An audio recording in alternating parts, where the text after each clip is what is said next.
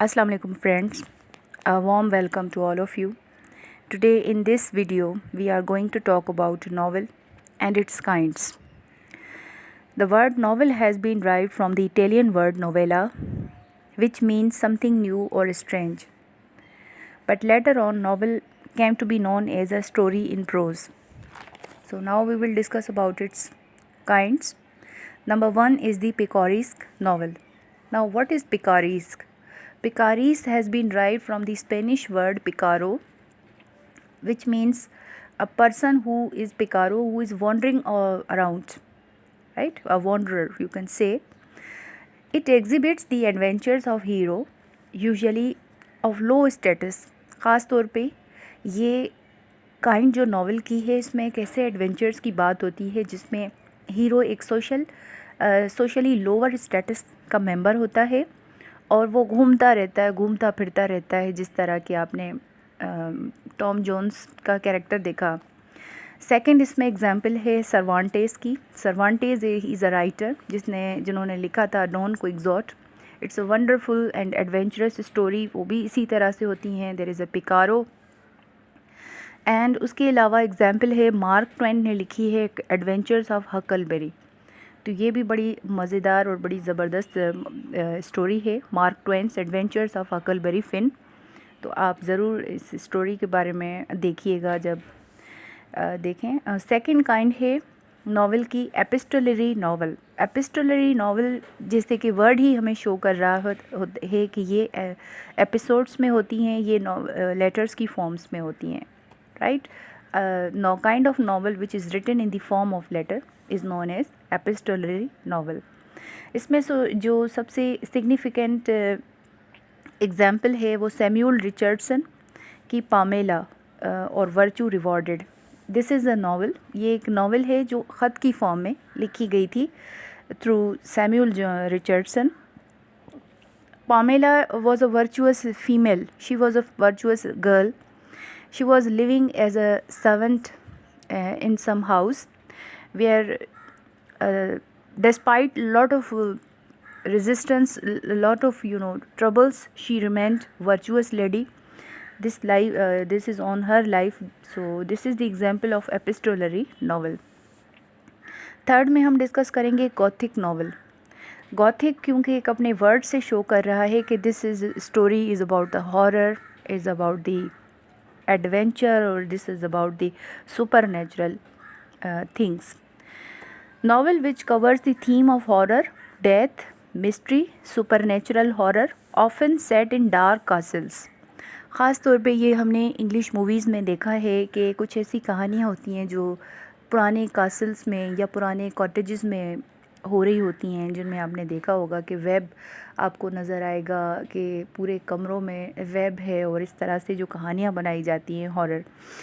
अच्छा, Gothic novel की सबसे बड़ी एग्जाम्पल है फ्रैंकनस्टाइन, जो कि मैरी शेले ने लिखी है। She was wife of P B. शेले।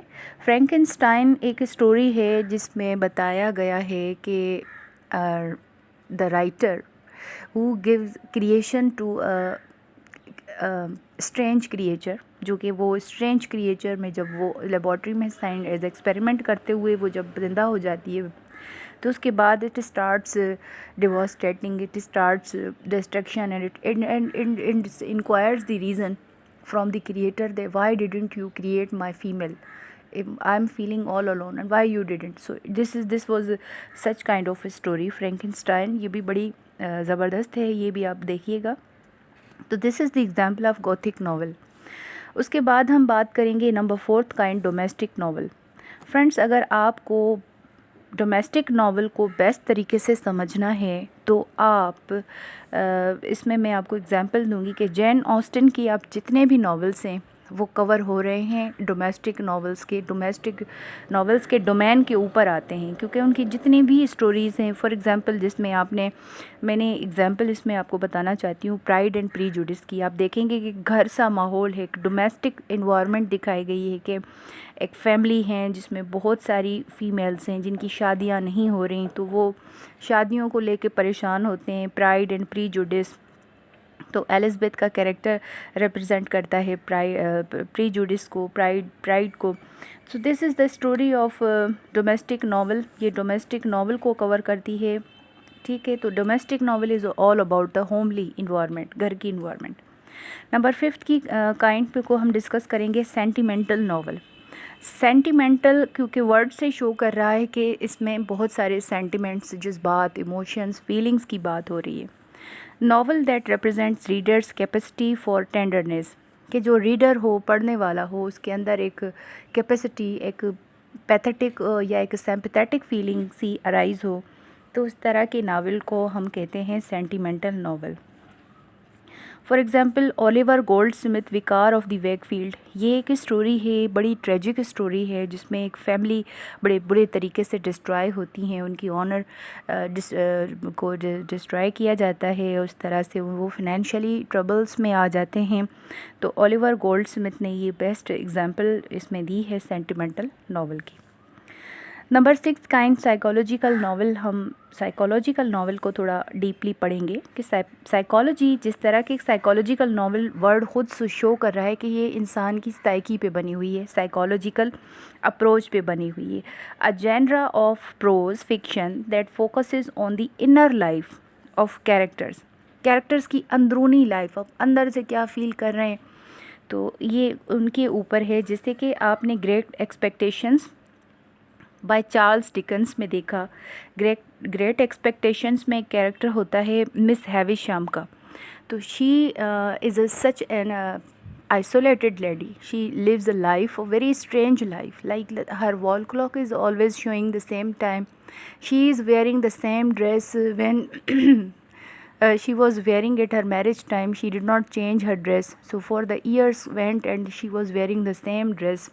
Why? Because she was distressed. She was shocked by the incident when she was waiting for her to become husband, but he did not turn up, and she was deceived very badly. From that day onwards, many years went on, but she did not change her lifestyle. She remained same. So she becomes a kind of psychological kind of a patient, but this is the reason, right? So we say it is a psychological novel. So the Charles Dickens writer covers the psychological aspect of characters. ये था psychological novel. Number 7 kind है graphic novel. Now what is graphic novel? Friends, maybe ये term आपको मुझे इस तरह समझानी पड़े कि this is a genre, it is not a genre, it is a format. ये एक फॉर्मेट है। अब वो स्टोरीज़, वो कहानियाँ जो हमें पिक्चर्स के थ्रू, इलस्ट्रेशंस के थ्रू समझाई जाए, जिनको समझने के लिए हमें पिक्चर देखी कि picture represents the whole story itself, तो इस तरह की कहानियों को कहा जाता है graphic novel. They are stand alone stories with complex plots. इसमें कॉम्प्लेक्स प्लॉट्स होते हैं। A novel which tells a complicated story through illustrations. For example Batman the dark knight returns. तो ये एक एग्जाम्पल दी गई है, Batman the dark knight returns, जिसमें आप देखेंगे ये ग्राफिक नावल की एक एग्जाम्पल है। पिक्चर्स के थ्रू आपको पूरी स्टोरी एक्सप्लेन की गई है। Number 8 we will learn about the regional novel. क्योंकि ये वर्ड रीजनल शो कर रहा है, रीजन से निकला है। रीजन जगह को कहते हैं, इलाके को कहते हैं। अ लैंडस्केप आउटसाइड द सिटी। ख़ास तौर पे जो इस नावल की सेटिंग होती है वो सिटी से बाहर होती है, रूरल सेटिंग होती है। जिस तरह के आपके पास में एक सिग्निफिकेंट एग्जाम्पल इसमें बताना चाहती हूँ थॉमस हार्डी की। थॉमस हार्डी ने वैसे तो कई बेहतरीन नावल्स लिखे हैं जिनकी तमाम की तमाम सेटिंग जो होती है वो रीजनल के बेस पे होती है, इसीलिए मैंने थॉमस हार्डी की एग्जाम्पल ही ली है कि Thomas Hardy is concerned as a regional novelist. उनको कंसिडर ही किया जाता है as a regional novelist. Like उन्होंने टेस ऑफ डी अबरविलीज लिखा है, जो कि एक ट्रेजिक स्टोरी है, tragic story of a female named as Tess की ज़िंदगी के बारे में है। वो भी एक रीजनल सेटिंग में, एक विलेज काइंड ऑफ सेटिंग है। उसके बाद आप देखेंगे ज्यूड दी ऑब्सक्योर और रिटर्न ऑफ द नेटिव। ये भी बड़ी इनकी एग्जाम्पलरी स्टोरीज़ हैं। उसके बाद उन्होंने लिखा है मेयर ऑफ कैस्टरब्रिज, ये भी इनकी नावल है जिस पे उन्होंने रीजनल बेसिस पे इनकी सेटिंग की हुई है। The auction of yes wife, ये वही कहानी है मेयर ऑफ कैस्टरब्रिज। तो ये जो नावल हैं रीजनल नावल, इनकी सेटिंग होती है आउटसाइड दी सिटीज़, लाइक किसी ख़ास रीजन में रूरल सेटिंग होती है। आपको बड़ा मज़ा आता है वो कहानी पढ़ के, जैसे विलेज काइंड ऑफ टच आ रहा होता है। Yes, number 9 we will discuss historical novel. Now, what is historical novel? Historical novel has a setting that attempts to convey a social conditions of the past. Social conditions हमें बताते हैं, historical conditions बताते हैं कि माजी में ये गुज़र चुका है, मगर उसकी कुछ कैरेक्टरिस्टिक्स लेके कुछ उन्होंने नए किरदार को चेंज करके उन्हीं चीज़ों को डिपिक्ट किया। इस तरह बहुत सारी कहानियाँ होंगी, आप बहुत सारी कहानियाँ हैं, आपने भी ज़रूर ऐसी कहानियाँ सुनी होंगी।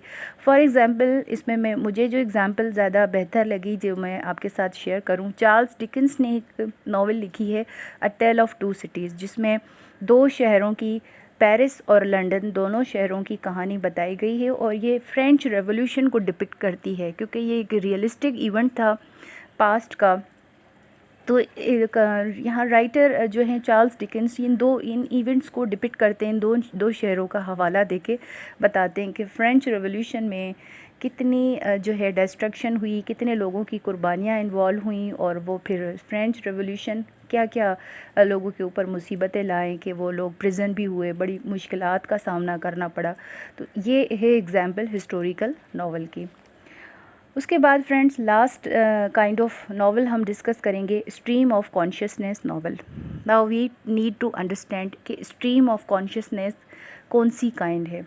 Stream of consciousness narrative technique intends to render the flow of thoughts processes as they occur. ये एक इस तरह की टेक्निक है जिसमें राइटर डिपिक्ट करता है कि इंसान के जहन में ख़यालात कैसे आते हैं। इंसान के जहन में ख़यालात का जो फ़्लो होता है वो ऑटोमेटिक होता है, वो अनकंट्रोल्ड होता है।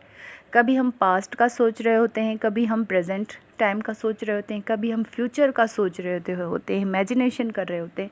तो जिस तरह से हमारे जहन में फ़्लो ऑफ थॉट्स चलता रहता है, that is called stream of consciousness. ठीक है, क्योंकि जब राइटर किसी भी जेनरा के ऊपर नावल लिख रहा होता है तो वो एक ख़ास पर्टिकुलर टाइम के बारे में लिख रहा होता है, मगर जो ये एक लेट 19th सेंचुरी की एक ये क्रिएशन है स्ट्रीम ऑफ कॉन्शियसनेस, जिसमें वर्जीनिया वुल्फ, जेम्स जॉयस इनका कंट्रीब्यूशन था।